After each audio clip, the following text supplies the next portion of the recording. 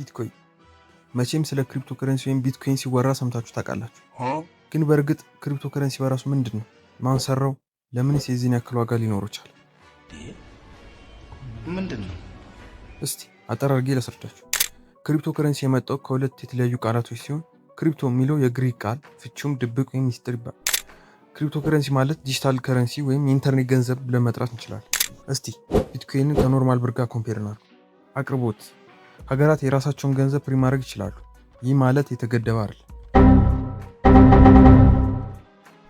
ቢትኮይን ላይ ስንመጣ ፊክስድ ሰፕላይ ነው ያለው። ይህ ማለት ዓለም ላይ 21 ሚሊዮን ቢትኮይን ብቻ ነው ያለው። ከዛ በላይ ሊኖር አይችልም። ብር ባንክ ወይም ቴሌብር ላይ ስታስቀምጡ ባንኩ ኃላፊነት ወስዶ ገንዘባችሁ እንደሚያስቀምጥላችሁ አለፍ ሲልም ሙሉ ቁጥጥር እንዳለው አውቃችሁ።